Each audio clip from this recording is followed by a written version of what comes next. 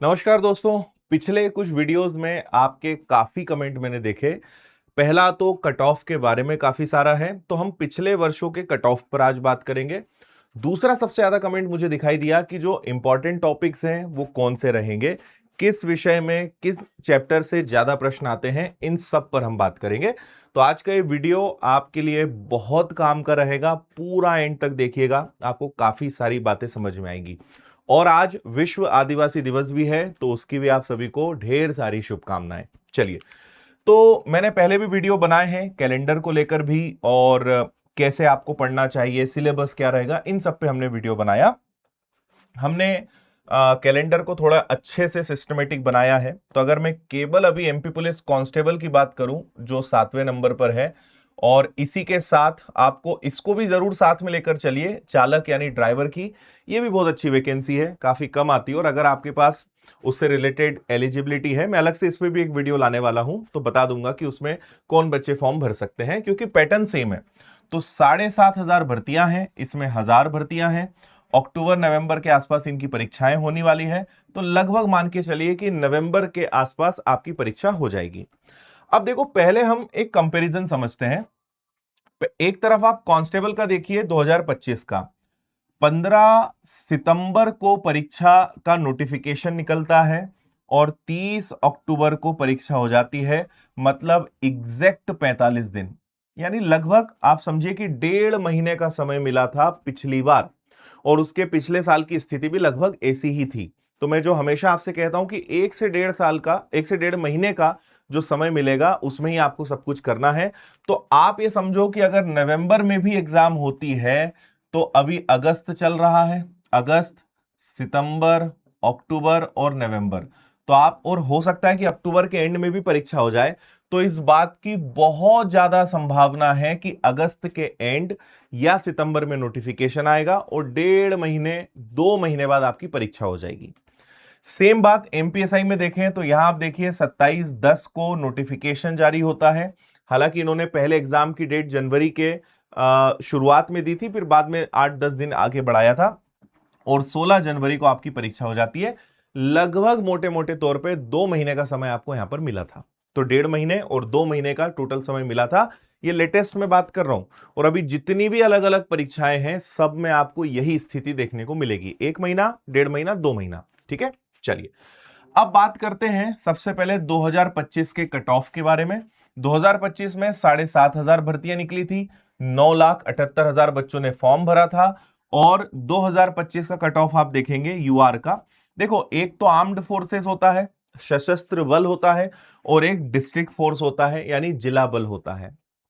मैं इस पर भी एक वीडियो लेकर आऊंगा, क्योंकि मैं बहुत बार जब बच्चे मुझसे मिलने आते हैं सिलेक्शन लेने के बाद, वर्दी में आने के बाद, वो कहते हैं कि सर हमें इस बारे में बहुत अच्छे से अंतर नहीं पता था, या हम आपका वीडियो नहीं देख पाए, हमने प्रेफरेंस गलत भर दिया। तो जिला बल और सशस्त्र बल दोनों में डिफरेंस है। हम उस समय देखते हैं यार कुछ भी है, एसएएफ है, डीएफ भर दो, दोनों में अंतर है, दोनों के जॉब नेचर में डिफरेंस है, दोनों की अलग अलग चीजें हैं। मैं इस पर अलग से वीडियो बना के बताऊंगा। तो कभी भी फॉर्म यूं ही नहीं भर देना है, इनको समझकर आपकी जरूरत के हिसाब से कौन सा सही रहेगा उस हिसाब से फॉर्म भरना। चलो, एसएफ की बात करें तो कट ऑफ 140 है। डीएफ की बात करें तो मेल का कट ऑफ 141 है, फीमेल का आपका 120 है। और यहां पर मैं बात कर रहा हूं आउट ऑफ 200, यानी 100 नंबर का आपका पेपर, 100 नंबर का आपका फिजिकल, तो जिन भी मार्क्स की मैं बात कर रहा हूं वो 200 में से ही चल रही है ना। तो 2025 का कट ऑफ कम गया था, 2023 का कट ऑफ ज्यादा था, वो भी अभी आपको मैं दिखा रहा हूं। कारण था पेपर के लेवल में थोड़ा सा इन्होंने डिफरेंस किया था, जिस कारण मार्क्स जो है बच्चों के कम हुए थे। उसके पिछले साल पेपर ज्यादा अच्छा, मतलब इजी आया था, तो ये हाईएस्ट है।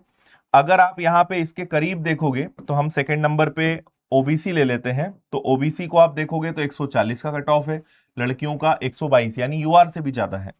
ईडब्ल्यूएस का देखोगे तो 138 है, यहां 117 है। एससी का अगर आप देखते हैं तो 133 है, लड़कियों के लिए 112 है। एसटी का कट ऑफ 131 है और 122 है। यानी आप कट ऑफ में देखो बहुत ज्यादा डिफरेंस नहीं कि 10-10, 15-15, 20-20 नंबर का डिफरेंस है, काफी करीब हर कैटेगरी का कट ऑफ देखने को मिला। लेकिन 2023 की अगर मैं बात करूं तो 2023 में भी लगभग सेम वैकेंसी, 9,68,000 लोगों ने फॉर्म भरा, लेकिन कट ऑफ में अंतर देखिए। यूआर का एसएफ का कट ऑफ 153 है जो कि 140 था। मेल का कट ऑफ 157 है जो कि मात्र इधर 141 था पिछले साल। तो इसलिए मैं एक चीज हमेशा सारे बच्चों से कहता हूं कि कट ऑफ में ज्यादा दिमाग नहीं लगाना है। मोटे मोटे तौर पे मैं तो आपसे यही कहूंगा कि जो भी आपकी कैटेगरीज है, मतलब आप तो 2023 के कट ऑफ को मानकर चलना, 2025 के कट ऑफ को मानना ही मत। आप तो 2023 में जो कट ऑफ गया है, अगर आपको वाकई, मैं तो सलाह देता ही नहीं कि कट ऑफ के हिसाब से पढ़ाई करो, बट होता है कई सारे बच्चों को कि भाई हमें तो कट ऑफ के बारे में जानकारी चाहिए, हम तो उस हिसाब से पढ़ेंगे। कैसे कट ऑफ के हिसाब से कोई पढ़ता है मुझे तो आज तक यही समझ नहीं आया। बट स्टिल आपको अगर मानना है तो 2023 का बेस लेकर चलिएगा। मैं तो आपको यूआर के लिए ही कहूंगा कि 160 हाईएस्ट मान के चलिए, ठीक है। ओबीसी है तो आप 2-4 नंबर कम कर लो, ईडब्ल्यूएस में और 2-4 कम है, एससी एसटी है तो आप 150 का टारगेट लेकर चलिएगा, फीमेल का है तो आप 10 नंबर कम कर लीजिएगा, क्योंकि कंपटीशन इस बार और ज्यादा रहने वाला है, पेपर का लेवल भी अच्छा रहेगा। तो हम ज्यादा की तैयारी कर लें, कट ऑफ कम जाए बहुत अच्छी बात है, पर हम कम की तैयारी कर लें, कट ऑफ ज्यादा चला जाए, ये हमारे लिए समस्या हो सकती है।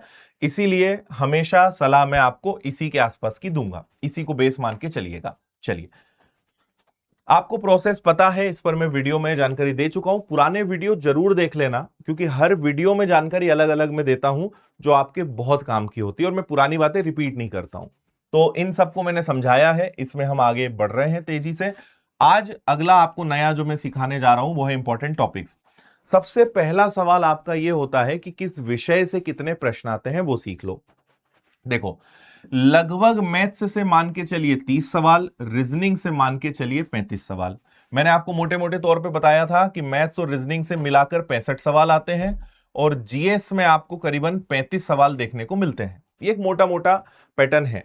अब वो 35 सवाल का क्लासिफिकेशन आप देखिए, फिजिक्स के आपको 2 से 3 सवाल देखने को मिलेंगे, केमिस्ट्री के 3 से 4 सवाल, बायोलॉजी के 4 से 5 सवाल, एनवायरमेंट के 2 से 3 सवाल, एमपीजीके के भी 3 से 4 सवाल, जीएस यानी हिस्ट्री, पॉलिटी, ज्योग्राफी, इकोनॉमिक्स सबसे मिला के, मतलब हर विषय से वही एक एक दो दो सवाल होंगे, तो टोटल आप समझिए 11-12 सवाल यहां से देखने को मिलेंगे। करंट अफेयर्स से आपको 3 से 4 सवाल देखने को मिलेंगे। तो इससे आपको एक नजर में समझ में आ जाएगा कि कौन कौन से विषय पढ़ने हैं, कौन से जरूरी हैं, किससे कितने प्रश्न पूछे जाते हैं। और मैं आपको बहुत अच्छे से स्पष्ट समझा दूं कि सिलेक्शन के लिए 2 विषय सबसे महत्वपूर्ण है, मैथ्स और रीजनिंग, क्योंकि 65 मार्क्स अकेले मैथ्स और रीजनिंग आपके तय करेंगे, है ना। बाकी पढ़ना तो भाई सब कुछ है, क्योंकि अगर 160 नंबर लाना है, या एससी एसटी के विद्यार्थियों की बात करें कि 150 नंबर लाना है, तो आपको फिजिकल में भी चलना है। अब अगर 160 है तो आप ये मान के चलो कि आपको 80-80 का टारगेट लेकर चलना पड़ेगा। अगर यहां पर है तो आप ये मान के चलिए कि यहां पे आप रिटर्न में कम कर लो भाई, फिजिकल में तो आप मार्क्स अच्छे खींचोगे ही। तो ये आपको लेकर चलना पड़ेगा कि अपनी प्लानिंग आज बनानी पड़ेगी कि मुझे 100 नंबर के रिटर्न एग्जाम में कितने नंबर कम से कम लाना है, उसकी मेहनत आज करोगे तब जाओगे। आप खुद देखो ना कि अगर 7,500 वैकेंसी है और 9,80,000 या 90,000 बच्चे फॉर्म भर रहे हैं, तो सोचो कितनी ज्यादा बच्चे फॉर्म भरने वाले हैं, उसमें से मिलेगा कितने को। तो जो बहुत टॉप होंगे, जिनके मार्क्स अच्छे होंगे, वही चुने जाएंगे। बाकी आप समझिए कि 9,80,000 में से 7,500 माइनस कर दीजिए, बाकी सबको बाहर होना ही है। तो कंपटीशन अच्छा है भाई, इसलिए आप एंड टाइम पे नहीं जाग सकते कि आराम से कर लेंगे, बहुत समय है, नहीं, आपको बहुत मेहनत करनी है, और ये टारगेट आपको अचीव करना है। और आपको अगर भरोसा ना हो तो मैं, मतलब अभी तक मुझे लगता है कि शायद पुलिस के अकेले हमने हजारों वीडियो डाले हैं हमारे बच्चों के, जो हमसे वर्दी में मिलने आते हैं। आप उनके वीडियो सुन लेना, शायद आपको तब ज्यादा भरोसा होगा, उनके मार्क्स सुनना, तब आपको समझ में आएगा कि नहीं यार, मेहनत बहुत करनी पड़ेगी, इतना हल्के में नहीं लेना है, इतना आसानी से नहीं निकलता है एग्जाम, मेहनत करनी पड़ेगी।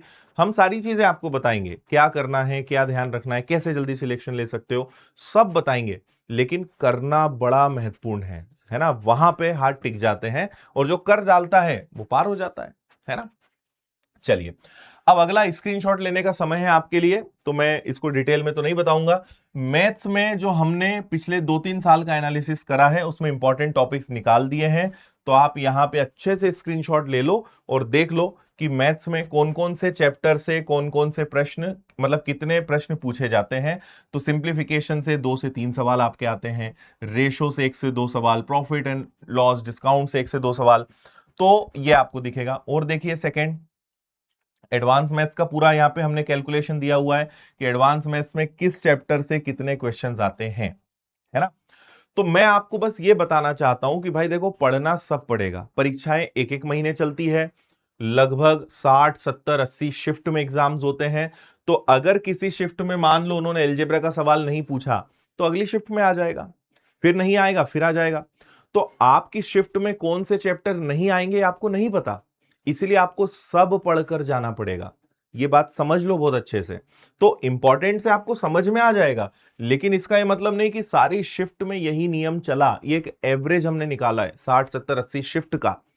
तो आपकी शिफ्ट में क्या आ जाए क्या नहीं आए नहीं पता, इसलिए हर चीज पढ़नी पड़ेगी।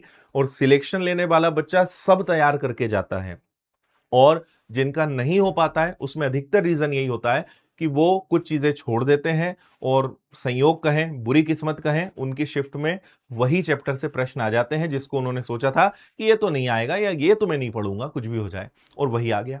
तो पढ़ना सब कुछ पड़ेगा हर विषय में, ये बात ध्यान रखना। चलो रीजनिंग का बता देता हूं, रीजनिंग का स्क्रीनशॉट ले लीजिए। रीजनिंग में किन चैप्टर से क्या क्या ट्रेंड रहा है, इसके बाद पार्ट 2 रीजनिंग का। इसके बाद साइंस में देखिए तो फिजिक्स से किन किन टॉपिक से प्रश्न आए, केमिस्ट्री में, बायोलॉजी में, एनवायरनमेंट में, और लगभग कितने कितने सवाल है ये हमने आपको बता दिया है।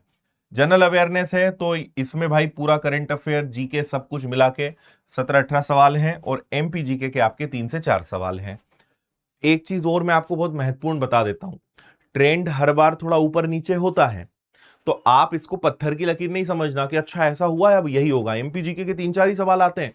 हर साल पेपर बनाने वाला या तो चेंज हो जाता है, या उसका दिमाग चेंज हो जाता है, और सोचता है यार पिछली बार ऐसा हुआ है, बच्चे ये सोचकर आएंगे, इस बार कुछ चेंज करते हैं। तो संभावना है कि एमपीजीके के सवाल 8 से 10 पूछ लिए जाए, है ना।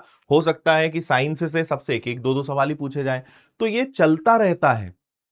सिलेक्शन लेने के लिए आपको सारे विषय मजबूत करने पड़ेंगे। आपको नहीं पता कि शिफ्ट में उसने क्या खेल खेल गया, क्या खेला हो जाए, इसीलिए सिलेक्शन लेने वाला बच्चा सब अच्छे से तैयार करके जाता है और बोलता है जो आएगा मैं कर दूंगा। इसलिए इंपॉर्टेंट शॉर्टकट कुछ नहीं होता, सब कुछ पढ़ना पड़ेगा। और इसीलिए मैं कहता हूं कि आपको समय चाहिए। भाई अगर कुछ इंपॉर्टेंट होता तो हम भी यही कहते हैं कि यार मत परेशान हो, पेपर आएगा हम आपको आईएमपी बता देंगे, पढ़ के चले जाना। पर वो उन परीक्षाओं में मदद करता है जहां पे नंबर लाना होता है। यहां पे जॉब का सवाल है, कॉम्पिटिटिव एग्जाम्स का है, इतनी सी खाने की चीज है और खाने वाले इतने हैं। तो यहां पे देखा जाएगा कि कौन ज्यादा ताकतवर है ना, कौन ज्यादा एफर्ट्स लगाता है।